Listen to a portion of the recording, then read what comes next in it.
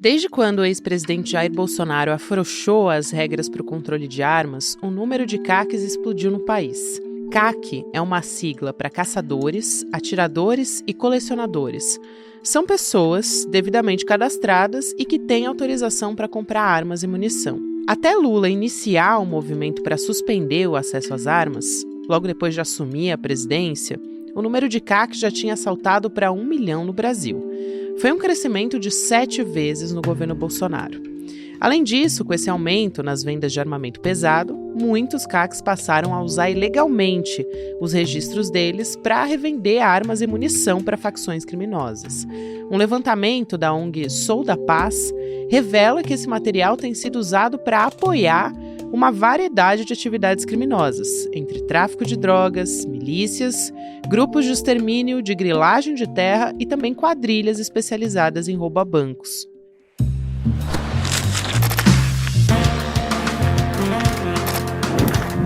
Olá, seja muito bem-vindo, seja muito bem-vinda. Eu sou a Gabriela Varela.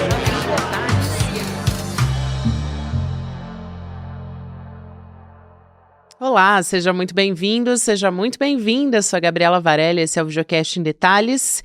E aqui, todos os dias, a gente analisa uma temática, uma notícia importante do momento. Hoje, em específico, a gente vai conversar sobre um levantamento que foi feito pelo Instituto Sou da Paz sobre o aumento do uso de CACs por facções criminosas. É um assunto muito preocupante. E a gente teve um cenário de flexibilização dessas armas durante os 4 anos de governo Bolsonaro. E vamos entender o que está em jogo a partir de agora. A nossa convidada é a Carolina Ricardo, que é diretora executiva do Instituto Sou da Paz. Carolina, obrigada por aceitar nosso convite. Seja muito bem-vinda. Obrigada, Gabriela. É um prazer estar aqui com vocês. Prazer é todo nosso. E eu queria começar do básico, pedindo para você explicar um pouco como foi feito esse levantamento, porque ele foi feito com base em casos públicos, né, noticiados na imprensa. O que chamou mais a atenção do Instituto Sou da Paz quando vocês fizeram esse levantamento e o que mudou pela legislação que a gente conhecia anteriormente, né, depois do governo Bolsonaro, que isso começou a crescer de fato? Vamos lá, o Instituto Sou da Paz acompanha toda a discussão de controle de armas no Brasil há muito tempo. Logicamente, quando a gestão Bolsonaro assumiu o governo federal, a gente foi recebido nos primeiros 15 dias de janeiro, né, de 2019, com um decreto já facilitando o acesso às armas, e a gente foi fazendo o monitoramento desses 4 anos. Foram 4 anos em que mais de 40 normas, entre decretos e portarias, foram publicados para facilitar o acesso às armas. Para se ter uma ideia, parte das normas chegaram a autorizar que um CAC, um caçador, atirador ou colecionador, pudesse comprar até 60 armas, sendo 30 de uso restrito, que significa que fuzis semiautomáticos, até 30 fuzis semiautomáticos poderiam ser adquiridos por uma pessoa que se dissesse atiradora, né? Isso nos preocupou muito ao longo desses anos e a gente passou a monitorar um pouco mais de perto esses casos de desvio, casos de compras de quantidades muito grandes desse tipo de armas. Não é um dado fácil, porque os caçadores, atiradores e colecionadores se cadastram e são registrados junto ao Exército Brasileiro, que não tem lá uma transparência muito grande para a gente conhecer a fundo a qualidade dos dados e o perfil de quem estava comprando armas. Então a gente decidiu acompanhar o que saía pela imprensa. A gente sabe que, enfim, tem questões, de forma alguma representa todo o universo de envolvimento de CACs com o mercado criminal, mas nos dá um bom parâmetro do que tem acontecido. Então, a gente tem monitorado esses casos públicos que são veiculados em veículos de imprensa de diversas naturezas, claro, sempre com veículos sérios, com referência, e a gente foi fazendo esse mapeamento. E o que a gente viu foi um crescimento importante nos últimos anos, ainda que em números absolutos possam parecer pequenos, eu já vi críticas nessa natureza, são 3 casos, aumentou para 12 casos, mas é isso, tem casos em que 26 fuzis são repassados para o Comando Vermelho, em que 60 mil munições são repassadas para o PCC.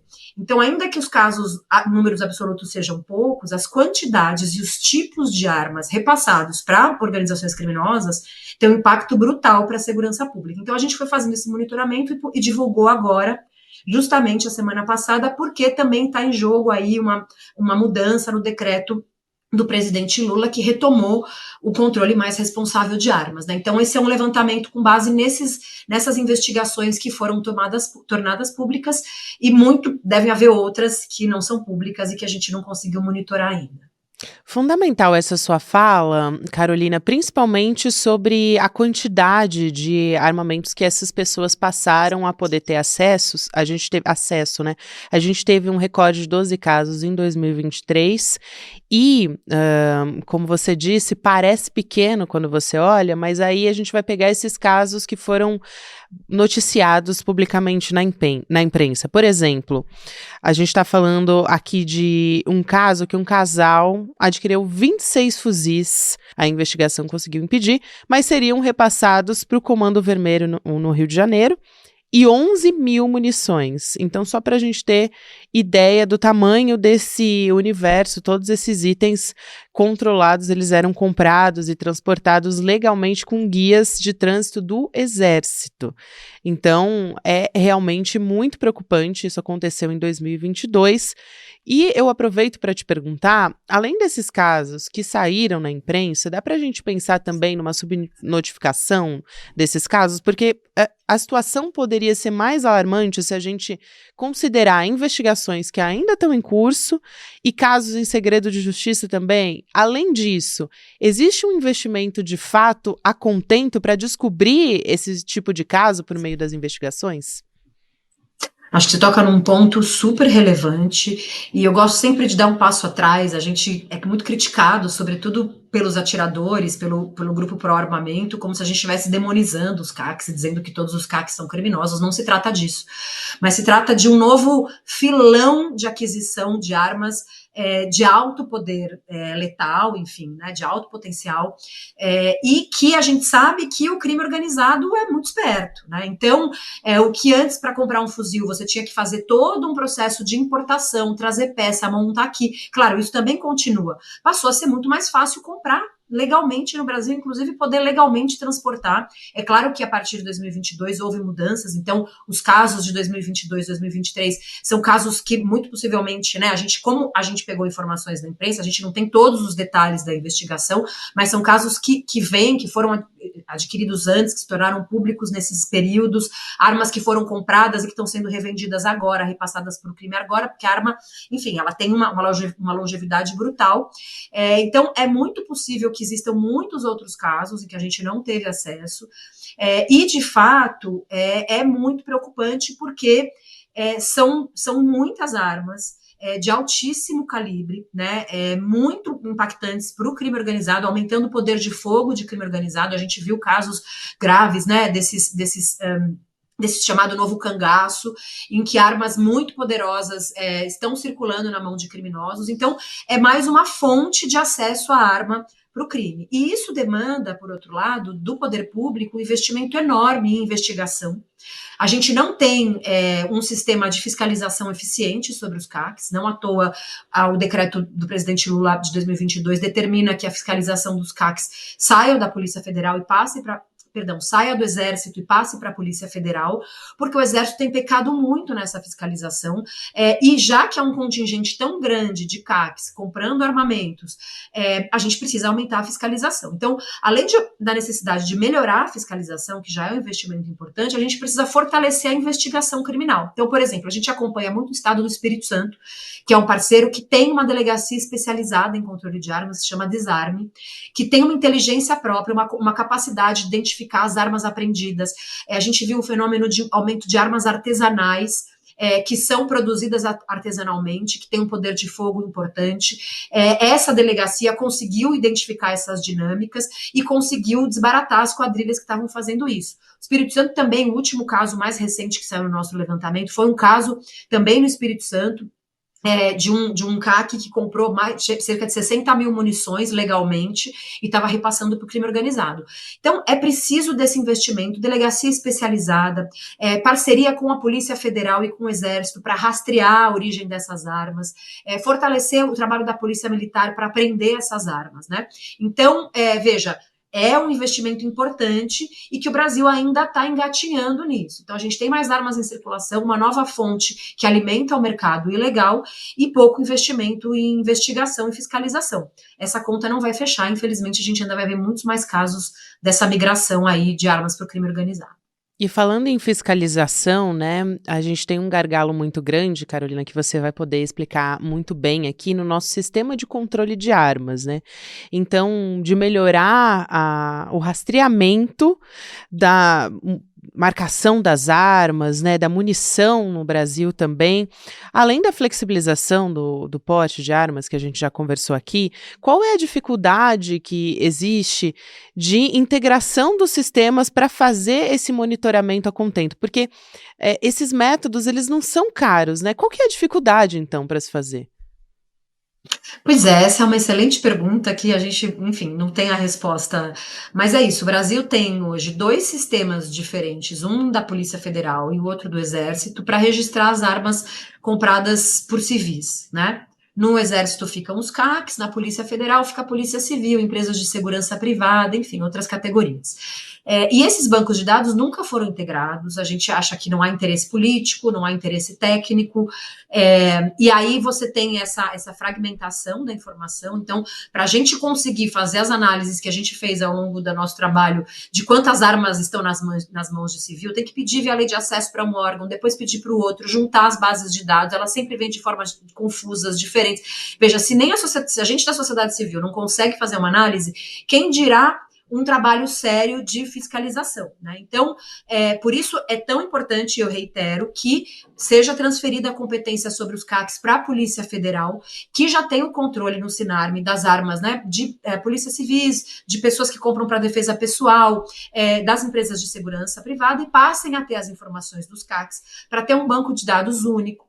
E aí a gente conseguir organizar melhor a fiscalização, porque com o banco de dados integrados, você consegue identificar quais tipos de armas estão sendo compradas em que região, quais quantidades, se tem proprietários que compram um número muito grande de armas, e aí acende uma luz amarela, é preciso reforçar a fiscalização, por que está comprando 20, 30 armas, né?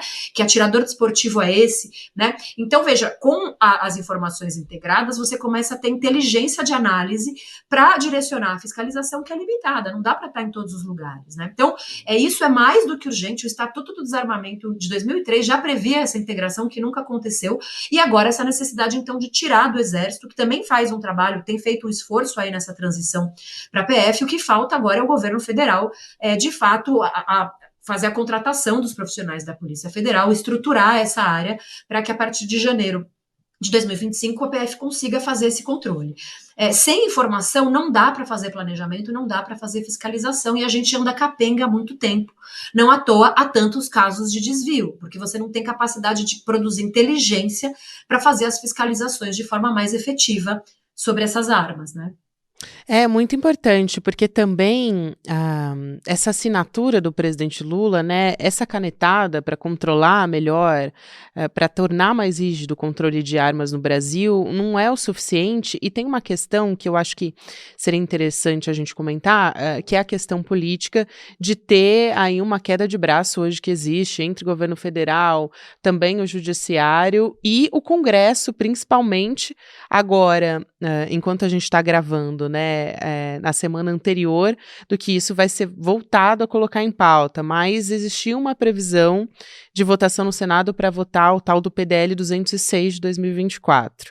E aí você vai poder explicar para a gente essa história. Só que acabou acontecendo um acordo entre os parlamentares e o governo para editar um novo decreto para corrigir alguns pontos dele. Então, o que a gente tem que ficar de olho especificamente nesse projeto, as correções que precisam ser feitas, que são as mais urgentes, já que ele está voltando para a pauta e poderia piorar muito esse cenário que a gente está conversando aqui, né, Carolina? Exatamente. Acho que o que a gente precisa ter em mente é que o controle responsável de armas passou a ser uma prioridade do governo federal com a mudança de gestão, né? Não à toa foram aprovados 2 decretos, um em janeiro e outro em julho, pelo presidente Lula, para reorganizar, não é proibir o acesso à arma, mas é fazer isso de forma responsável, né? O lobby armamentista não é novo no Congresso Nacional, ele existe há muito tempo, ele foi por muito tempo financiado pela indústria de arma, depois com a mudança de financiamento houve mudanças, mas hoje a gente tem tem um grupo relativamente forte no Congresso que defende interesses armamentistas. Com o crescimento dessa categoria dos CACs, a gente tem CACs em todos os lados, então está todo mundo interessado em defender a sua agenda de poder atirar e ter acesso à arma, e pouco interessado na segurança pública. Então a gente precisa ficar atento a que o governo federal ele precisa voltar a priorizar esse tema, né? Na nossa leitura, ao longo de 2023, isso foi uma prioridade. Com a mudança de gestão, o Ministério da Justiça deixou um pouco de lado o tema de controle de armas. A bancada da bala ganhou força, inclusive em negociações com o Ministério da Justiça, e começa a colocar em xeque alguns pontos do decreto do presidente Lula. É claro que esse decreto ele pode ser melhorado, mas o que o Congresso faz é pautar esse PDL, que é um projeto de decreto legislativo para sustar alguns pontos do decreto do executivo do presidente Lula. E o que exatamente eles estavam querendo mudar? Tirar requisitos de habitualidade. O que a gente tem hoje? Um atirador desportivo hoje está dividido em níveis. Tem o nível iniciante, o nível 2 e o nível avançado. Segundo ele progride de nível, ele pode comprar maior quantidade de armas. Para ele comprovar que ele é um atirador nível 3, ele precisa comprovar uma frequência no clube de tiro, a quantidade de uso dessas armas, para mostrar que ele de fato pratica o tiro. Porque senão, qualquer um diz, sou lá, atirador nível 3 e posso comprar até 16 armas. Então, o lobby está querendo tirar esses requisitos, dizendo que são requisitos muito exigentes, que colocam em risco, porque faz ter que ir várias vezes ao clube de tiro, mas eu me pergunto, se você pratica tiro e é um atirador desportivo nível 3, você vai ter que ir muitas vezes ao clube de tiro. Então, eles estão querendo tirar todos os requisitos de habitualidade, estavam querendo tirar essa distância mínima de 1 quilômetro para clubes de tiros e escolas, isso foi uma medida importante, né? Clubes de tiros não podem estar a menos de 1 quilômetro de distância de escolas. Armas que são compradas, por exemplo, para colecionamento, elas, pelo decreto do presidente Lula, elas são exclusivamente para serem colecionadas. O PDL queria mudar isso e possibilitar essa mudança, então se eu comprei arma para colecionar e amanhã quero praticar o tiro desportivo, eu posso usar a mesma arma, né, mudando a finalidade, e também permitir colecionamento de armas automáticas, o que é muito grave, porque essas armas elas funcionam, não tem nenhum requisito que diga que elas têm que ser inutilizadas, né? Então tudo isso é o que está em jogo no PDL. O governo federal deixou esse PDL rolar, não entrou em jogo na discussão na Câmara dos Deputados. No Senado Federal também não entrou, né? O PDL estava quase sendo votado, e aos 46 do segundo tempo entrou para fazer uma negociação, e a gente não sabe bem o que vem. Então, qual foi a negociação? Ao invés do Congresso votar o PDL, que daria, se ganhasse, se ele fosse aprovado, daria uma sensação de perda para o governo federal, o governo resolveu dizer, deixa que a gente faz um novo decreto para ajustar esses pontos que o PDL está querendo mudar. Só que a gente não sabe hoje o que vem.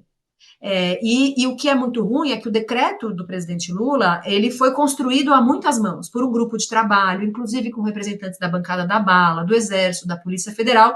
Embora eles reclamem, houve participação de muita gente. E esse decreto agora, que o governo negociou, está sendo feito aí no afogadilho, e a gente não sabe o que vem. Como eu tenho achado que o governo largou um pouco mão dessa pauta, me preocupa haver muitas sessões aí para a bancada da bala, por exemplo, em relação à questão de clube de tiro e escola, em relação aos critérios de habitualidade. Então, a gente está num momento delicado. O governo precisa entender que não dá para fugir dessa pauta. Essa é uma agenda que tem que ser do governo, é uma agenda, uma prioridade dessa gestão e precisa ser assim conduzida. Então, a forma como o governo lidou com o Congresso, me parece que foi deixar rolar, e aí se assustou, e nos 46 entrou para jogar, mas eu tenho dúvidas do que vem, até porque o Ministério da Justiça não tem sido muito transparente em relação à sua visão sobre o tema de controle de armas, desde que houve a mudança de gestão para o novo ministro.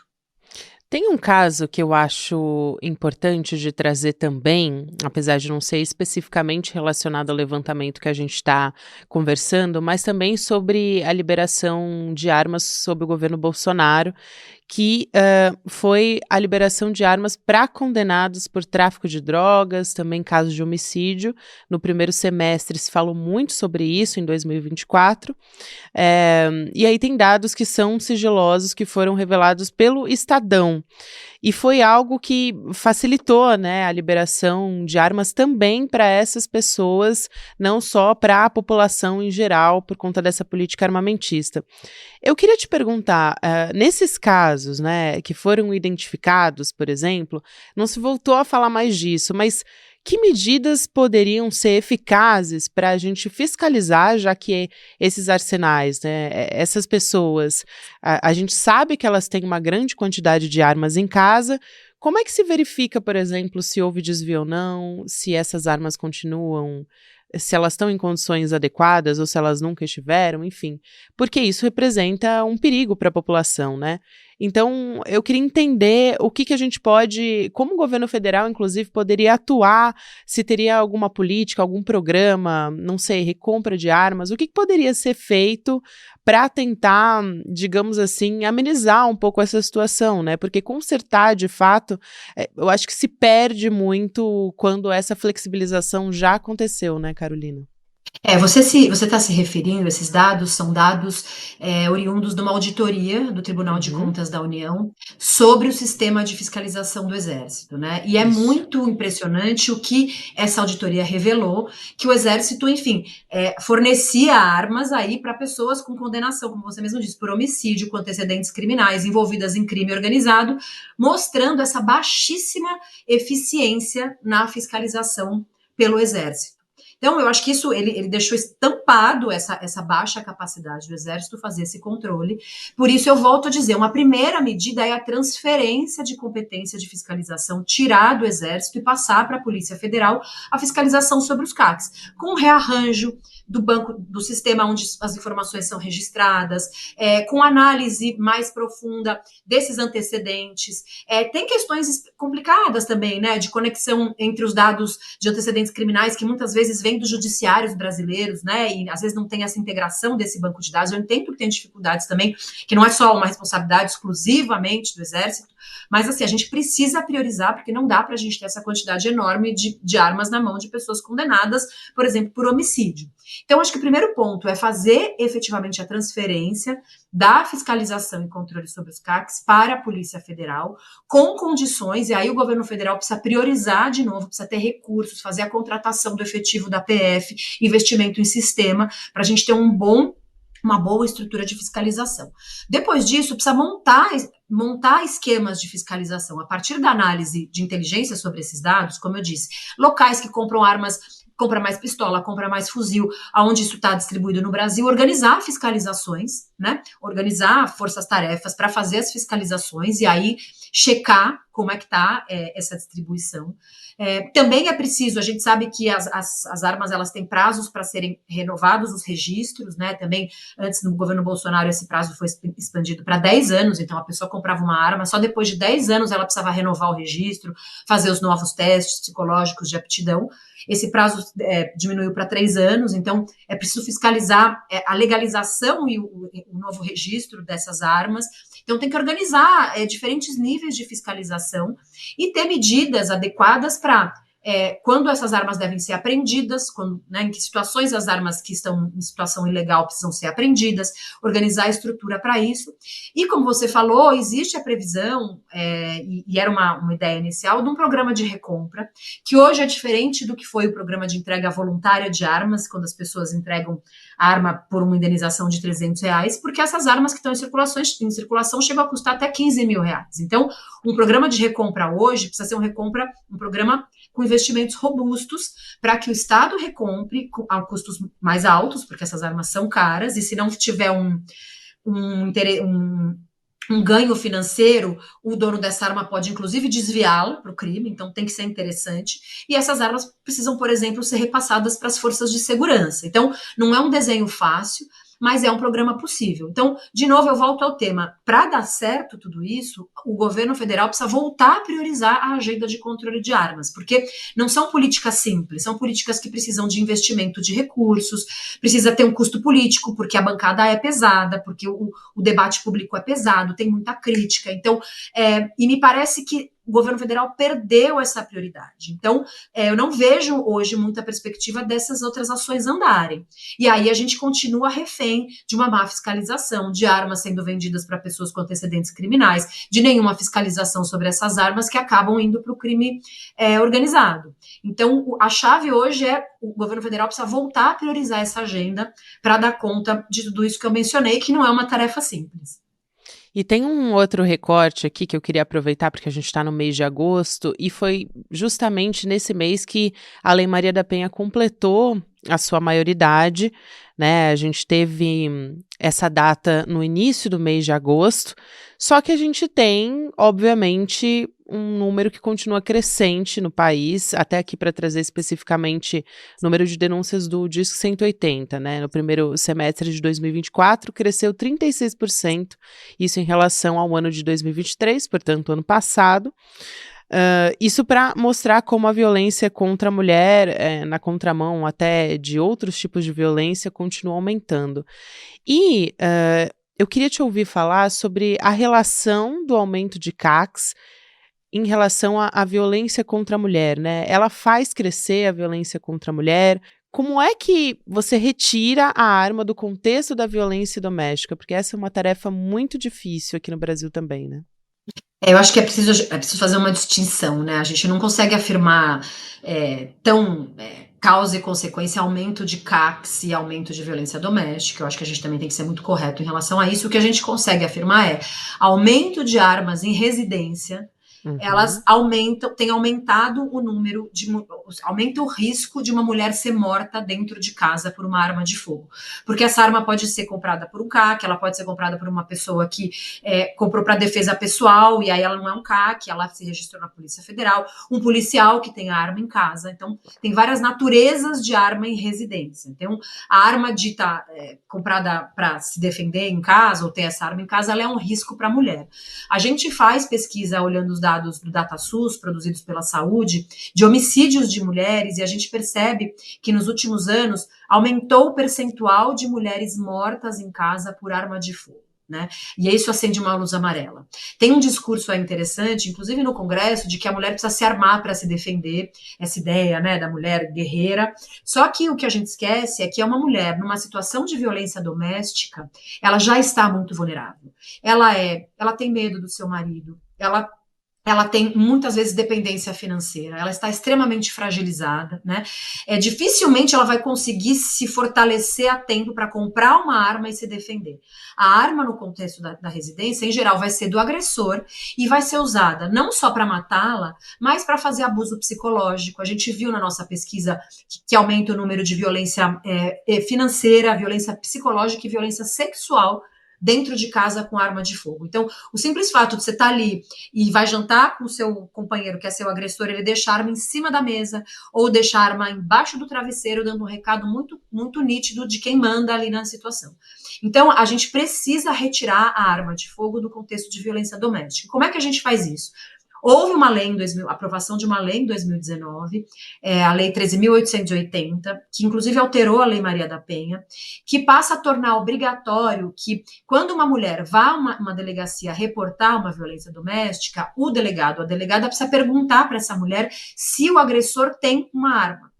Em sendo positiva essa resposta, o que o delegado precisa fazer? Ele precisa avisar ou a Polícia Federal ou o Exército, onde essa arma estiver registrada, para suspender o registro, e deve pedir para o juiz mandar apreender essa arma, né, para tirar a arma do contexto de violência. Então, a aplicação dessa lei me parece uma medida muito importante. Ela ainda não é uma lei conhecida e ela é uma lei muito pouco aplicada. Então, eu acho que tornar pública essa lei, fazer campanhas, fazer formação, instar os operadores de segurança pública a aplicarem essa lei para apreender a arma de fogo do contexto de violência doméstica, eu acho que é uma medida importante para a gente minimizar o risco de mulheres serem mortas por arma de fogo no contexto de violência doméstica. Muito bom, Carolina. Quero muito te agradecer. Aqui acho que foi muito esclarecedor e a gente tem que continuar monitorando principalmente como é que as coisas vão se desenrolar no Congresso Nacional, nesse caso especificamente no Senado, mas o assunto vai voltar a ser discutido, é uma preocupação muito importante, então quero te agradecer a você e ao seu trabalho também no Instituto Sou da Paz, vocês fazem um trabalho fundamental. Obrigada e até uma próxima. Eu que agradeço, Gabriela, conta sempre com a gente. Vocês também, obrigada. Gente, o Em Detalhes de hoje vai ficando por aqui. Eu quero te lembrar que estamos sempre no ar no YouTube às 10h30 da manhã. Depois você fica com o Mercado Investimentos e Rolê ICL. A partir de agora, 6 horas da noite, tem ICL Notícias, segunda edição. E você pode também ouvir o Em Detalhes nas plataformas de áudio, se você preferir, em qualquer momento do seu dia, lavando uma louça, cozinhando, enfim. Na academia, você pode ouvir o nosso programa em qualquer horário, quando for mais conveniente para você. Obrigada! E depois, amanhã a gente está de volta. Existe uma doença que tomou conta do nosso país e que ninguém pode falar sobre, porque os principais jornais, os principais canais de televisão e os principais influenciadores foram literalmente comprados pela razão da doença. A gente está falando das apostas esportivas. O Brasil se tornou o exemplo do mundo de como isso pode destruir milhões e milhões de vidas. O ICL, mais uma vez, resolveu enfrentar essas pessoas e produziu o documentário Bet, o jogo sujo que ninguém comenta. E a gente quer convidar vocês para assistir o lançamento dessa série documental que vai acontecer no dia 19 de setembro, uma quinta-feira, às 8 horas da noite. A gente vai estar junto, discutindo esse que é um dos temas mais importantes do nosso país atualmente.